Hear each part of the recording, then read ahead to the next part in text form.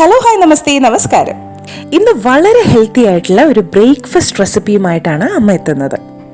രാമശ്ശേരി ഇഡ്ഡലി എന്നൊക്കെ നിങ്ങൾ കേട്ടിട്ടുണ്ടാവും അല്ലേ? എന്നാൽ ആ റെസിപ്പി അല്ല കേട്ടോ ഇന്ന് വേങ്ങശ്ശേരി ഇഡ്ഡലിയുടെ റെസിപ്പിയാണ് അമ്മ നിങ്ങൾക്കായി പരിചയപ്പെടുത്തുന്നത്. അമ്മയുടെയൊക്കെ തികച്ചും നൊസ്റ്റാൾജിക് ആയിട്ടുള്ള ഒരു റെസിപ്പി തന്നെയാണിത്. അമ്മയുടെ ചെറുപ്പകാലത്ത് വീട്ടിൽ തയ്യാറാക്കിയിരുന്ന ഒരു ഇഡ്ഡലിയുടെ റെസിപ്പി. സാധാരണ ഒരു ഇഡ്ഡലി അല്ല കേട്ടോ, അത് നിങ്ങൾക്ക് റെസിപ്പി കാണുമ്പോൾ മനസ്സിലാവും. വീഡിയോയിലേക്ക് കടക്കുന്നതിന് മുമ്പായി ചാനൽ സബ്സ്ക്രൈബ് ചെയ്യാത്തവർ ഒന്ന് സബ്സ്ക്രൈബ് ബട്ടൺ ക്ലിക്ക് ചെയ്യുക. ഒപ്പം തന്നെ ബെല്ലൈക്കൺ കൂടി ക്ലിക്ക് ചെയ്യാൻ മറക്കരുത്. പിന്നെ ഞാൻ പറയേണ്ട കാര്യമില്ല, വീഡിയോ ഇഷ്ടപ്പെട്ടാൽ, റെസിപ്പി നിങ്ങൾക്ക് ഇഷ്ടമായാൽ തീർച്ചയായും ലൈക്കും കമൻറ്റും ഷെയറും തരിക. ഓക്കെ, അപ്പോൾ അമ്മയുടെ ടേസ്റ്റിയും ഹെൽത്തിയും ഒക്കെ ആയിട്ടുള്ള വേങ്ങശ്ശേരി ഇഡ്ഡലി കണ്ടിട്ട് പെട്ടെന്ന് തന്നെ മടങ്ങി വരാം. പിന്നെ മറ്റൊരു കാര്യം കൂടെ, വേങ്ങശ്ശേരി ഇഡ്ഡലി എന്ന പേര് കേൾക്കുമ്പോൾ ഇതിൽ ഈ വേങ്ങശ്ശേരിൽ എന്താണ് എന്ന് നിങ്ങൾക്ക് ആർക്കെങ്കിലും ഗസ്റ്റ് ചെയ്യാൻ പറ്റുമെങ്കിൽ നിങ്ങൾ എല്ലാവരും അത് ഗസ്റ്റ് ചെയ്ത് നമ്മുടെ കമൻറ്റ് ബോക്സിൽ എഴുതുക. നമ്മൾ കറക്റ്റ് ആയിട്ടുള്ള ആൻസർ ഉടനെ തന്നെ അറിയിക്കുന്നതായിരിക്കും. ഇതിനായിട്ട് സാധാ ദോശയ്ക്ക് അരയ്ക്കുന്ന പച്ചരി ഒരു 3 കപ്പ് ഒരു ബൗളിലേക്ക് ഞാൻ ചേർത്ത് കൊടുക്കുകയാണ്. ഞാനിപ്പോൾ ഒരാഴ്ചത്തേക്കുള്ള മാവ് ഒരുമിച്ച് തയ്യാറാക്കുന്നതുകൊണ്ടാണ് ഇത്രയും ക്വാണ്ടിറ്റി എടുക്കുന്നത് കേട്ടോ. നിങ്ങൾക്ക് ചെറിയ ബൗളിലോ അതല്ലെന്നുണ്ടെങ്കിൽ പ്രപ്പോർഷൻ കുറച്ചിട്ട് അതിൻ്റേതായിട്ടുള്ള ചെറിയ അളവിൽ നിങ്ങൾക്ക് തയ്യാറാക്കാവുന്നതാണ്. ഏതായാലും എല്ലാം ഒരേ കപ്പിൽ തന്നെ അളന്നെടുക്കാനായിട്ട് ശ്രദ്ധിക്കണം. ഇനി പുഴുക്കലരി അല്ലെങ്കിൽ ബോയിൽഡ് റൈസ് അതേ കപ്പിൽ തന്നെ 2 കപ്പ് ചേർത്ത് കൊടുക്കുകയാണ്. അരി രണ്ടും കൂടി ഒരു ബൗളിലേക്ക് നമുക്ക് ചേർത്ത് കൊടുക്കാം. ഇനി മുഴുവനായിട്ടുള്ള ബോൾ ഉഴുന്ന് അത് 1 കപ്പ് വേറൊരു ബൗളിലേക്ക് ചേർക്കാം. ഇപ്പോൾ 5 കപ്പ് അരിക്ക് നമ്മൾ 1 കപ്പ് ബോൾ ഉഴുന്നാണ് എടുത്തിട്ടുള്ളത്. അപ്പം ഉഴുന്നൊക്കെ എടുക്കുമ്പോൾ നല്ല ക്വാളിറ്റി ഉഴുന്ന് തന്നെ നോക്കി എടുക്കാനായിട്ട് ശ്രദ്ധിക്കണം. അതുപോലെ തന്നെ അരിയും നല്ല ക്വാളിറ്റി അരി എടുക്കണം, എങ്കിൽ മാത്രമേ നമ്മുടെ ഇഡ്ഡലി നന്നായി വരുള്ളൂ. ഇനി ഉഴുന്ന് മിക്സിയിലൊക്കെ അരയ്ക്കുമ്പം വേണമെങ്കിൽ നിങ്ങൾക്ക് 1.25 കപ്പ് വരെ ഉപയോഗിച്ചാലും കുഴപ്പമില്ല. ഇതിനെല്ലാം നന്നായി വെള്ളത്തിലൊന്ന് കഴുകിയെടുക്കാം. അരി ഒരു 3-4 പ്രാവശ്യം കഴുകി വെള്ളമൊക്കെ ക്ലിയർ ആകുന്നിടം വരെ കഴുകണം കേട്ടോ. അതിലെ ആ ഒരു പശപ്പൊക്കെ പോയി കിട്ടണം. എന്നാൽ ഉഴുന്ന് അത്രയും പ്രാവശ്യം കഴുകേണ്ട കാര്യമില്ല. ഉഴുന്ന് 1-2 പ്രാവശ്യം വൃത്തിയായി വെള്ളത്തിൽ കഴുകിയെടുത്താൽ മതിയാകും. ഇതിപ്പോൾ എല്ലാം നന്നായി കഴുകിയെടുത്തിട്ടുണ്ട്. ഇനി ആ ഉഴുന്നിലേക്ക് ഒരു 1/4 ടീസ്പൂൺ ഉലുവ കൂടി ചേർത്ത് കൊടുക്കാം. ഉലുവ കൂടണ്ട, ഒരു 1/4 ടീസ്പൂൺ മതിയാകും. അല്ലെങ്കിൽ നമ്മുടെ ഇഡ്ഡലിയുടെ കളറൊക്കെ ചിലപ്പം മാറിപ്പോകാൻ സാധ്യതയുണ്ട്. ഇനി അരി ഉഴുന്നും അടച്ചു വെച്ചിട്ട് ഒരു 6 മണിക്കൂർ നമുക്ക് ഒന്ന് കുതിർത്തെടുക്കണം. നന്നായി കുതിർന്ന് കിട്ടിയിട്ടുണ്ട്. ഇനി ഈ ഉഴുന്ന് നല്ല പേസ്റ്റ് പോലെ നമുക്കൊന്ന് അരച്ചെടുക്കണം. ഉഴുന്ന് കുതിർത്ത് അതേ വെള്ളം ചേർത്തിട്ടാണ് അരയ്ക്കുന്നത്. ഇതുപോലെ നല്ല ഫൈനായിട്ട് അരച്ചെടുത്തിട്ടുണ്ട്. അധികം വെള്ളം ചേർക്കരുത്, കുറച്ച് കട്ടിയിൽ വേണം നമ്മുടെ മാവിരിക്കാൻ ഇഡ്ഡലിക്കായതുകൊണ്ട്.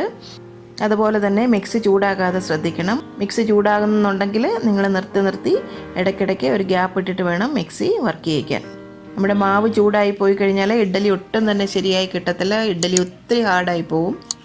അല്ലെങ്കിൽ ഞാൻ നേരത്തെയൊക്കെ പല റെസിപ്പീസിലും പറഞ്ഞിട്ടുണ്ട്, മിക്സി ചൂടാകുന്ന പ്രശ്നം ഉണ്ടെന്നുണ്ടെങ്കിൽ ഈ അരി ഉഴുന്ന് ഒന്ന് ഫ്രിഡ്ജിലോ അല്ലെങ്കിൽ ഫ്രീസറിലോ 1 മണിക്കൂർ ഒന്ന് വെച്ചിട്ടെടുത്താൽ നല്ല തണുത്തിരിക്കും. അപ്പോൾ ഒട്ടും തന്നെ മിക്സി ചൂടാകത്തില്ല. അരി ഇപ്പം പുതിയ വെള്ളം ചേർത്തിട്ടാണ് ഞാൻ അരച്ചെടുക്കുന്നത് കേട്ടോ. ഇതിപ്പോൾ മുഴുവനും അരച്ചെടുത്തിട്ടുണ്ട്. മാവിലേക്ക് ആവശ്യത്തിനുള്ള ഉപ്പ് കൂടി ചേർത്ത് കൊടുക്കാം. കൈ വൃത്തിയായി കഴുകിയ ശേഷം കൈ കൊണ്ട് തന്നെ നന്നായി മാവ് യോജിപ്പിച്ചെടുക്കണം. അരിയിൽ ചെറിയ ചെറിയ തരി ഉണ്ടെങ്കിലും കുഴപ്പമില്ല കേട്ടോ, പക്ഷെ ഉഴുന്ന് നന്നായി തന്നെ അരച്ചെടുക്കണം.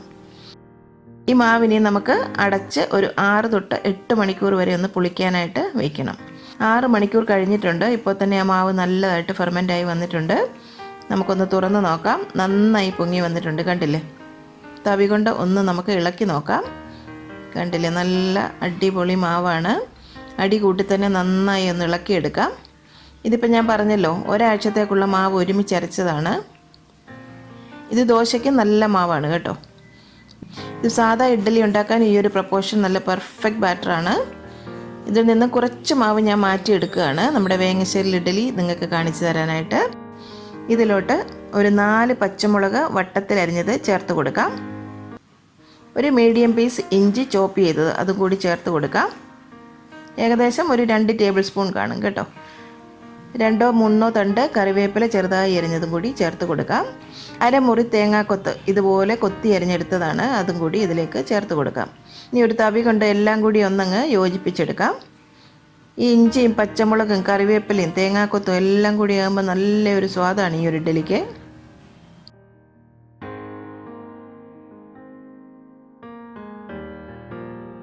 ഇനി ഇതുപോലെ ഒരു സ്റ്റീൽ പ്ലേറ്റിൽ ഓയിലൊന്ന് പുരട്ടിയ ശേഷം മാവ് അതിലേക്ക് ഒഴിച്ച് നമുക്കിതൊന്ന് സ്റ്റീം ചെയ്തെടുക്കാം. ആവി നന്നായി പുറത്തേക്ക് വന്നതിന് ശേഷം വേണം നമുക്കതിലേക്ക് ഈ ബാറ്റർ ഒഴിച്ചു കൊടുക്കാനായിട്ട്. ഒരു പകുതി വരെ ഒഴിച്ചാൽ മതിയാകും. ഇതിലും കട്ടി കുറച്ച് മതിയെങ്കിൽ ഒരു 1/4 ഭാഗം മാവ് ഒഴിച്ചാൽ മതിയാകും. ഇതിനി നമുക്കൊന്ന് അടച്ചു വെച്ചിട്ട് 10 തൊട്ട് 15 മിനിറ്റ് വരെ എടുക്കും. നമുക്കിതൊന്ന് ആവിയിൽ പുഴുങ്ങിയെടുക്കാം. അപ്പോൾ ഇഡ്ഡലിയൊക്കെ തയ്യാറാക്കുന്ന തട്ടില്ലേ, പ്ലേറ്റ് പോലത്തെ തട്ട്, ഇങ്ങനെ ഒരു തട്ടിന് മേളിൽ ഒരു തട്ടായിട്ടുള്ള അതുണ്ടെന്നുണ്ടെങ്കിൽ അതിനകത്ത് വേണമെങ്കിൽ നിങ്ങൾക്ക് കോരി ഒഴിക്കുക. അതാകുമ്പം ഈസിയാണ്. അപ്പോൾ ആ ഒരു തട്ടൻ്റെ ഇല്ലാത്തതുകൊണ്ടാണ് ഞാൻ ഇതുപോലെ സ്റ്റീൽ പ്ലേറ്റ് കോരി ഒഴിച്ചത്. അതാകുമ്പം ഈ മാവ് തന്നെ ആ തട്ടിൽ കോരി ഒഴിച്ച് കഴിഞ്ഞാൽ ഒരേ വട്ടത്തിൽ നമുക്ക് കട്ടി കുറച്ച് 2-3 ഇഡ്ഡലി ഒരേ സമയത്ത് തന്നെ നമുക്ക് തയ്യാറാക്കിയെടുക്കാം. അതുള്ളവർ അത് തയ്യാറാക്കിയാൽ മതി കേട്ടോ. ഇതിപ്പോൾ പ്ലെയിനായിട്ടുള്ള മാവ് ഇതിലൊന്നും നമ്മൾ ചേർത്തിട്ടില്ല.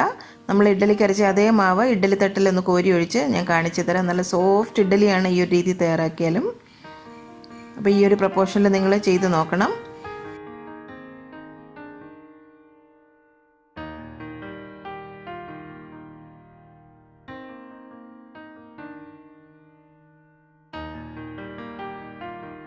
ഇത് ഒന്ന് സ്റ്റീം ചെയ്തെടുക്കാം. ഇതിപ്പോൾ സാധാ ഇഡ്ഡലിയും റെഡി ആയിട്ടുണ്ട്. കണ്ടില്ലേ എത്ര സോഫ്റ്റായ ഇഡ്ഡലിയാണെന്നറിയാമോ? കണ്ടില്ലേ നല്ല സോഫ്റ്റായിട്ടുള്ള ഇഡ്ഡലിയാണ്. ഈ ഒരു പ്രപ്പോർഷനിൽ നിങ്ങൾ ചെയ്ത് നോക്കണം ഉറപ്പായിട്ടും. ഇതുപോലെ നല്ല മുല്ലപ്പൂ പോലെ പഞ്ഞി പോലത്തെ ഇഡ്ഡലി നമുക്ക് തയ്യാറാക്കിയെടുക്കാം. അരി ഉഴുന്നുമൊക്കെ നമ്മൾ മേടിക്കുമ്പോൾ നല്ല ക്വാളിറ്റി ആയിട്ടുള്ള സാധനങ്ങൾ ഉപയോഗിക്കാനായിട്ട് ശ്രദ്ധിക്കണം.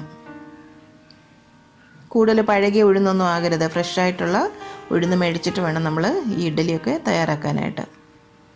ഞാൻ ഈ ഇഡ്ഡലി ഒന്ന് മുറിച്ച് കാണിച്ചു തരാം. കണ്ടില്ലേ എന്ത് സോഫ്റ്റാന്ന് നോക്കിയേ. ഇനി നമ്മുടെ വേങ്ങശ്ശേരിയിൽ ഇഡ്ഡലിയും റെഡി ആയിട്ടുണ്ട്. ഇതിപ്പോൾ കാണുമ്പം തന്നെ നിങ്ങൾക്ക് വട്ടയപ്പമാണോ എന്നൊക്കെ തോന്നുന്നുണ്ടായിരിക്കും അല്ലേ. ഇതുപോലെ ഒന്ന് ഇളക്കിയെടുക്കാം. ഇത് നല്ല സോഫ്റ്റായിട്ടുള്ള ഇഡ്ഡലിയാണ്. ഞാൻ എപ്പോഴും പറയാറുള്ളത് പോലെ ഈ ഒരു ഇഡ്ഡലിയൊക്കെ ഉണ്ടാക്കുമ്പോൾ എനിക്ക് ഒത്തിരി ഓർമ്മകളാണ്. ഓർമ്മകളുടെ ഒരു കൂമ്പാരം എന്ന് തന്നെ വേണമെങ്കിൽ പറയാം. എന്തായാലും ചെറിയ ഫങ്ഷൻസിനോ കൂടുതൽ ആളുകളൊക്കെ കൂടുന്ന ഒരു അവസരങ്ങളിലൊക്കെ ഞങ്ങളുടെ വീട്ടിൽ ഈ ഒരു രീതിയിലാണ് ഇഡ്ഡലി തയ്യാറാക്കിയിരുന്നത്. അന്നൊക്കെ ഇതിൻ്റെ കൂട്ടത്തിൽ കടലക്കറിയായിരുന്നു കോമ്പിനേഷനായിട്ട്. ഇതിന് നമുക്ക് ആവശ്യാനുസരണം മുറിച്ച് പ്ലേറ്റിൽ സാമ്പാറിൻ്റെയും ചട്നിയുടെയും ഒക്കെ കൂടി നല്ല കോമ്പിനേഷനാണ്. രാമശ്ശേരി ഇഡ്ഡലി എന്ന് പറയുമ്പോൾ നിങ്ങൾ കുറേ പേരെങ്കിലും ഉറപ്പായിട്ടും കഴിച്ചിട്ടുണ്ടാകും, അല്ലെങ്കിൽ കേട്ടിട്ടെങ്കിലും ഉണ്ടാകും. എന്തായാലും നിങ്ങൾ ആരെങ്കിലും ഈ ഒരു വേങ്ങശ്ശേരി ഇഡ്ഡലി മുൻപ് കഴിച്ചിട്ടുണ്ടെങ്കിൽ ഉറപ്പായിട്ടും കമൻറ്റ് ബോക്സിൽ ഒരു വരിയെങ്കിലും എഴുതാൻ നിങ്ങൾ മറക്കരുത്. കാണുമ്പം തന്നെ ഞങ്ങൾക്കും അതൊരു വളരെ സന്തോഷമായിരിക്കും. ഇതേ മാവ് തന്നെ കുറച്ചും കൂടി ഹെൽത്തിയായി ഇഡ്ഡലി തയ്യാറാക്കണമെങ്കിൽ ബോയിൽഡ് റൈസിന് പകരം പാലക്കാടൻ മട്ട റൈസ് ചേർത്ത് നിങ്ങൾക്ക് തയ്യാറാക്കാം. അതാകുമ്പോൾ കളറൊക്കെ അത്ര വെളുത്തിരിക്കത്തില്ല, കുറച്ച് റോസ് കളറിലിരിക്കും. ആ തവിടിൻ്റെയൊക്കെ ഒരു പ്രസൻസ് ഉണ്ടല്ലോ അതിൽ. കണ്ടില്ലേ, ഇതും അത്ര നല്ല സോഫ്റ്റ് ഇഡ്ഡലിയാണ്. ഇത് കുറച്ചും കൂടി ഹെൽത്തി ആണെന്ന് പറയാം, നമുക്ക് തവിടൊക്കെ അതിനകത്തുണ്ടല്ലോ.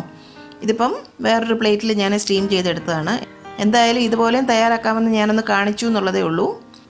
പിന്നെ കൂടാതെ ഈ റെസിപ്പിയെക്കുറിച്ചുള്ള അഭിപ്രായങ്ങളും തീർച്ചയായിട്ടും കമൻറ്റ് ബോക്സിൽ കമൻറ്റ് ചെയ്യണം. ഞാനിപ്പോൾ ഇതിൻ്റെ കൂടെ ഒരു പരിപ്പ് ചേർത്തിട്ടുള്ള കറിയാണ് ഉണ്ടാക്കിയത്. അപ്പോൾ ഈ ഒരു പരിപ്പ് കറിയുടെ റെസിപ്പി ഞാൻ പുറമേ ഷെയർ ചെയ്യുന്നതായിരിക്കും. കൂടാതെ സാമ്പാറും ചട്നിയും തയ്യാറാക്കിയിട്ടുണ്ട്.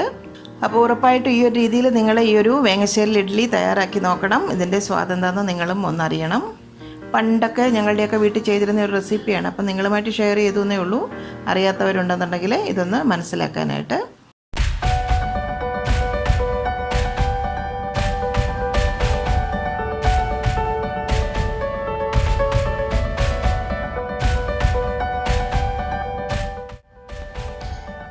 എൻ്റെ അമ്മയുടെ ഇന്നത്തെ ഈ റെസിപ്പി നിങ്ങൾക്ക് ഇഷ്ടമായെങ്കിൽ ഈ വീഡിയോ നിങ്ങൾ തീർച്ചയായും ലൈക്ക് ചെയ്ത് ഷെയർ ചെയ്ത് ഞങ്ങളെ സപ്പോർട്ട് ചെയ്യണം.